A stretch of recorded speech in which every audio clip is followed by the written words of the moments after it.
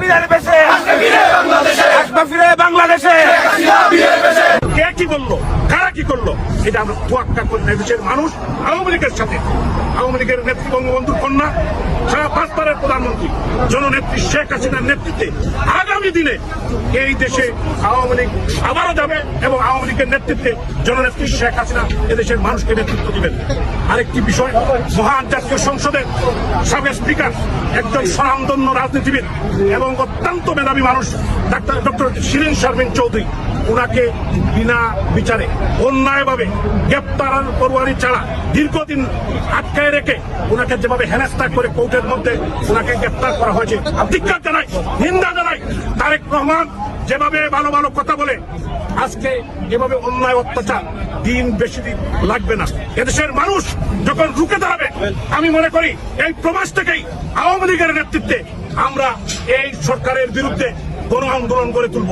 এ সমস্ত Europe, America, middle east এবং আগামী দিনে বাংলাদেশের 18.5 কোটি মানুষকে ঐক্যবদ্ধ করে এই সরকারের পতন না হওয়া পর্যন্ত আমরা করে ফিরবো না। কারণ আমরা জানি, আওয়ামী লীগ জানে, আমাদের নেতা আছেন জনাব আব্দুর রহমান এমপি সাহেব, প্রেসিডিয়াম মেম্বার, উনি লিখিত সংগ্রহ বক্তব্য রাখবেন। সংগ্রামী বন্ধুগণ, আওয়ামী লীগ উপেক্ষা করে না। আওয়ামী লীগ এদেশের মানুষের জন্য রাজনীতি করে, এদেশের মানুষের অধিকারের জন্য রাজনীতি করে। আমাদের সমস্ত জাতীয় নেতৃবৃন্দ, সাবেক প্রেসিডিয়াম সদস্য আমুল সেন আমু, একজন বয়োজ্যেষ্ঠ বীর মুক্তিযোদ্ধা, উনাকে কিভাবে আটকে রেখেছে। সব নেতৃবৃন্দ, বাংলাদেশ ছাত্রলীগের সাবেক সভাপতি, সিলেটের কৃতি সন্তান সুলতান মোহাম্মদ মনসুর আহমদ, অসংখ্য উপাধ্যক্ষ আব্দুল শহীদ, হাসানুল ইনু, রাশেদ খান মেনন, জাতীয় নেতৃবৃন্দকে রাখা হয়েছে। অসংখ্য আমাদের 30 জনকে হত্যা করেছে। সাদান খান সাহেব, আওয়ামী লীগের প্রেসিডিয়াম সদস্য।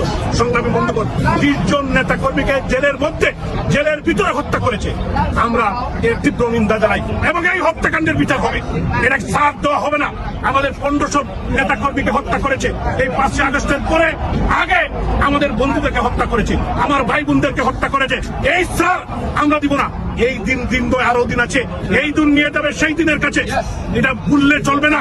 আজকে যারা সংসদে বড় বড় কথা বলছেন, তাদেরকে মনে রাখতে হবে যে এই সংসদ আবার বসবে, এই সংসদে আবার আইন হবে, এই সংসদে এই আইন বাতিল হবে এবং এদের বিচার বাংলার মারতে হবে।